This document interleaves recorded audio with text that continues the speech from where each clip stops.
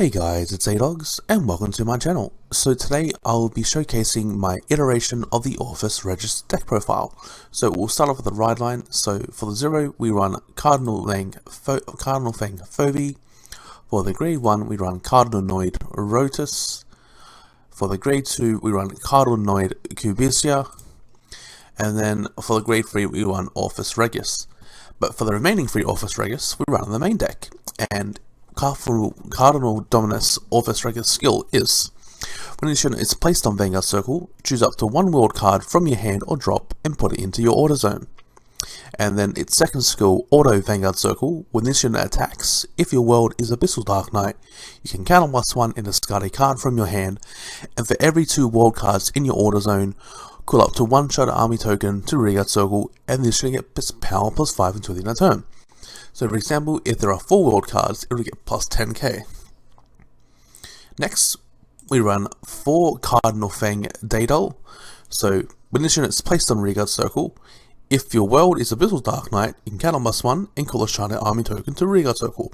So this is a Shadow Army token generator, as Orfist Regis only starts creating Shadow Army tokens during the battle phase, so we want to be able to make Shadow Army tokens during the main phase so we can put some good pressure on straight from grade 3. Next we run 4 Aiding Monster Texian. So when this card is discarded from your hand during your turn, look at the top 5 cards of your deck, choose up to one set order from among them, reveal it and put it into your hand and shuffle your deck. So this card is in here as a bit more of a consistency boost, so we can always have orders to put in the order zone for Regis when we do place on Vanguard Circle. It also does help if we really need to reach Abyssal Dark Knight but we don't have another order yet. This could potentially get us that other order that we need. Next we run 4 Cardinoid Thumberino. So when this unit boosts a Shadow Army token, you may have this unit get plus 15k until the end of turn. If you do, at the end of the battle, retire all of your reguards in the same column as this unit and draw a card.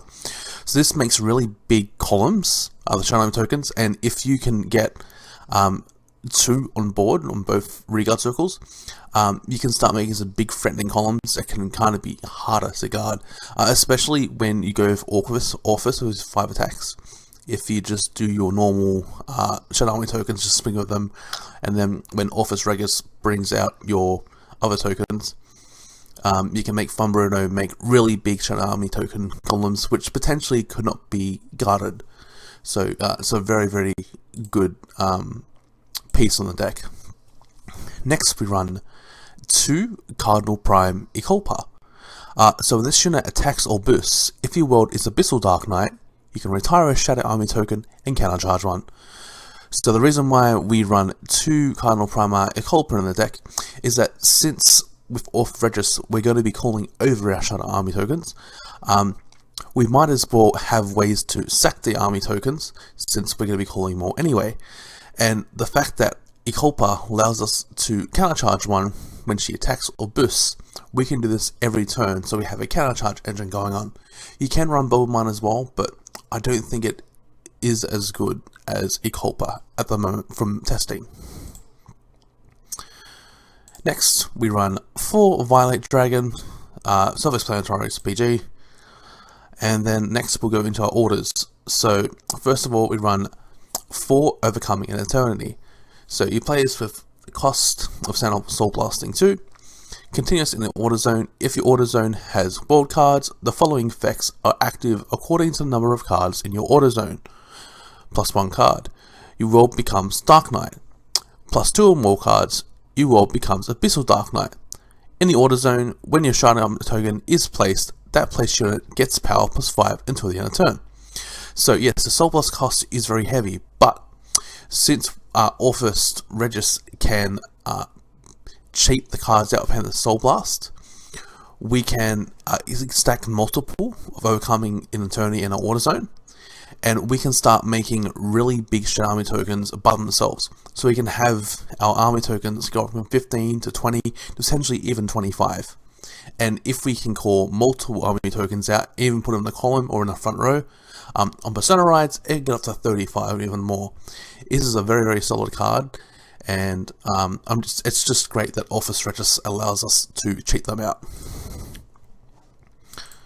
Next we run 2 Eclipse Moonlight, so you play this card with counter +1. When this unit is put into the order zone, call a Shadow Army token to Vanguard circle, and then order zone. If your order zone has world cards, the following effects are active according to the number of cards in your order zone. So +1 card, your world becomes Dark Knight, +2 or more cards, your world becomes Zeus Dark Knight. So Eclipse Moonlight is a very good searcher for when we ride our Regis. Regis allows us to search for an world order, so we search for the Eclipse Moonlight so we can start rushing in the early game. We do run on extra Moonlight as for times that we need to make more Shadow Army tokens during the main phase. Eclipse Moonlight allows us to do that. Then lastly, we run 3 Halloween Moonlit Night. So it plays with the cost of Soul +1. When this card is put into the order zone, you can draw a card, and then continuous order zone. If your order zone has world cards, only has world cards, the following effects are active according to the number of cards in your order zone. So +1 card, you will become Dark Knight. +2 or more cards, you will become Abyssal Dark Knight. So we run Halloween Moonlight as a draw engine as well. Since Regis makes us discard cards when we use its skill, we want to try and find a way to mitigate that. So that is why we run Halloween Moonlight in the order lineup. Then going into triggers, so we run 8 crits, so one of them being Deca Crop, so you put this in, when it's boosted, put into the soul, showing units gets +2 Ks for the turn.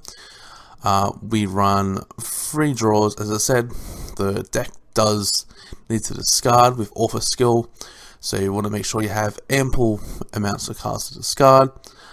And then we run a 2-2 split of heals, so this is the crit heal. So again, when it's placed in Guardian Circle, if the attacking unit's crit is 2 or greater, and its crit is increased by a non-trigger effect ability, or its original crit is 2 or greater, this unit gets gets shield +15k into the end of battle. And then we run 2 vanilla heals, and then lastly we run the over trigger because over triggers are busted. Alrighty, so that is the deck profile. Alrighty, thank you for watching. If you did enjoy the video, please make sure to leave a like, and while you're down there, why not subscribe and hit the notification bell so next time I upload a video, you will be notified. Alrighty, think of that. A-Dogs out.